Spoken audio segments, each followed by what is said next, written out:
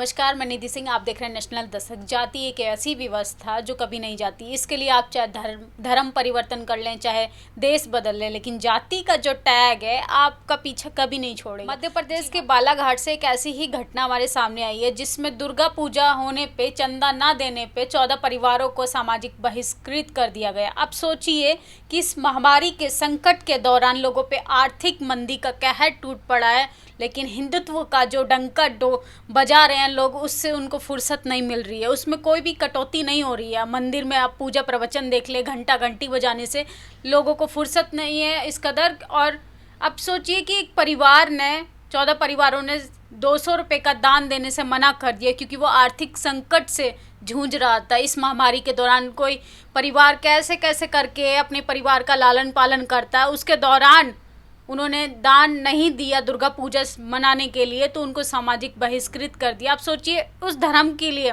हम कहने के लिए तो हिंदू हैं, लेकिन जब बात हमारे दान देने पे आए या दक्षिणा देने पे आए, अगर हम मना करते हैं अपनी आज़ादी से, तो उस समय हम दलित हो जाते हैं। अब सोचिए कि जिस धर्म ने हमें सिर्फ वोट के टाइम पे हिंदू माना हो और अधिकारों के टाइम पे हमें दलित माना हो, तो ऐसे धर्म का हमें क्या करना है।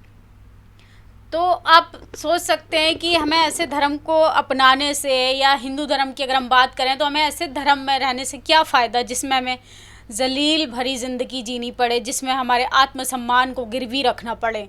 अब के लिए सबसे इम्पॉर्टेंट है कि उस पैसे का यूज़ क्या है। एक पत्थर की मूर्ति पे चढ़ावा चढ़ाना ज़्यादा इम्पॉर्टेंट है कि इस महामारी के संकट में आपके लिए ज़रूरतमंद चीज़ों के लिए उसका खर्चा करना ज़्यादा इम्पॉर्टेंट है।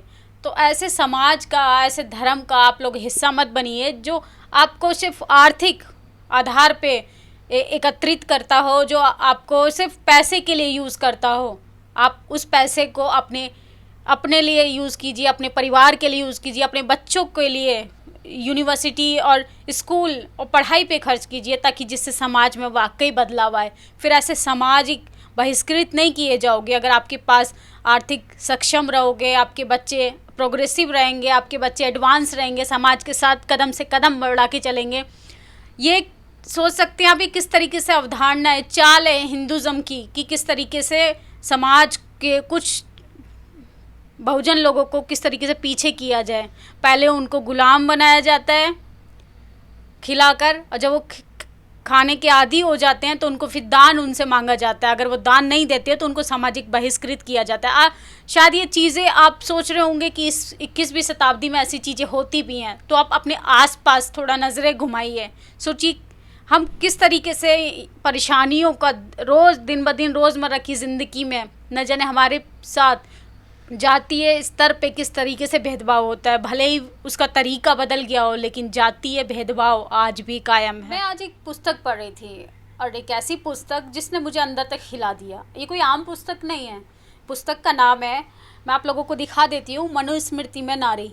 मनुस्मृति में नारियों की क्या दुर्दशा रही है, अब सोच के भी आपके रोंगटे खड़े हो जाएंगे। आज जो हमारे समाज की जो महिलाएं चैन से सांस ले पा रही हैं, या यूं कहें सवर्ण समाज की भी महिलाएं जो आज खुल के सांस ले पा रही हैं, तो कहीं ना कहीं डॉक्टर BR अम्बेडकर का बहुत अहम रोल है। अगर वो नहीं होते तो आज हम शायद, ना मैं बोल पाती, ना आप लोग सुन पाते। ये स्पेशली वीडियो बनाने का मोटिव ये है कि महिलाओं को अपने राइट्स के प्रति अवेयर रहना चाहिए। और मैं सबसे अनुरोध करूंगी कि आप ये पुस्तक ज़रूर पढ़ें, और इस पुस्तक को पढ़ने से पहले आप लोग मनुस्मृति ज़रूर पढ़ें। अब ये सवाल ये नहीं है कि हम मनुस्मृति पढ़ने का हमारे पास लाभ क्या होगा। अब जब तक हम वो चीज़ें नहीं पढ़ेंगे तो हमें पता कैसे चलेगा कि उस टाइम पे चीज़ें ऐसी थी और अब हमें क्या क्या हमें राइट्स मिले।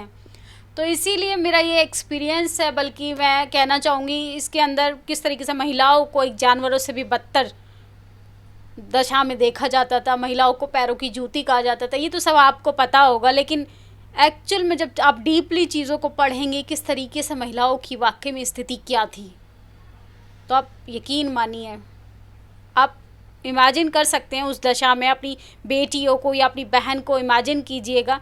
तब आपको शायद जीवन में एक नया बदलाव आया आप लोगों के, कि किस तरीके से चीज़ें बदली हैं हमारे समाज में। डॉक्टर BR अम्बेडकर अगर हिंदू कोड बिल नहीं लेके आते तो आज शायद हमारे लिए एक, बल्कि यूँ कहें डॉक्टर अम्बेडकर ने हमें नया जीवन दिया है।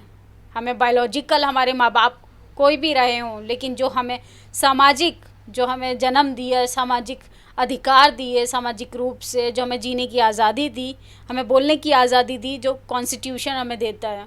अगर डॉक्टर बी आर अम्बेडकर नहीं होते तो शायद आज हम खुल के चीज़ें नहीं रख पाती अपनी। आप लोगों की क्या प्रतिक्रिया है इन सब मुद्दों पे? अपनी राय ज़रूर दें। धन्यवाद।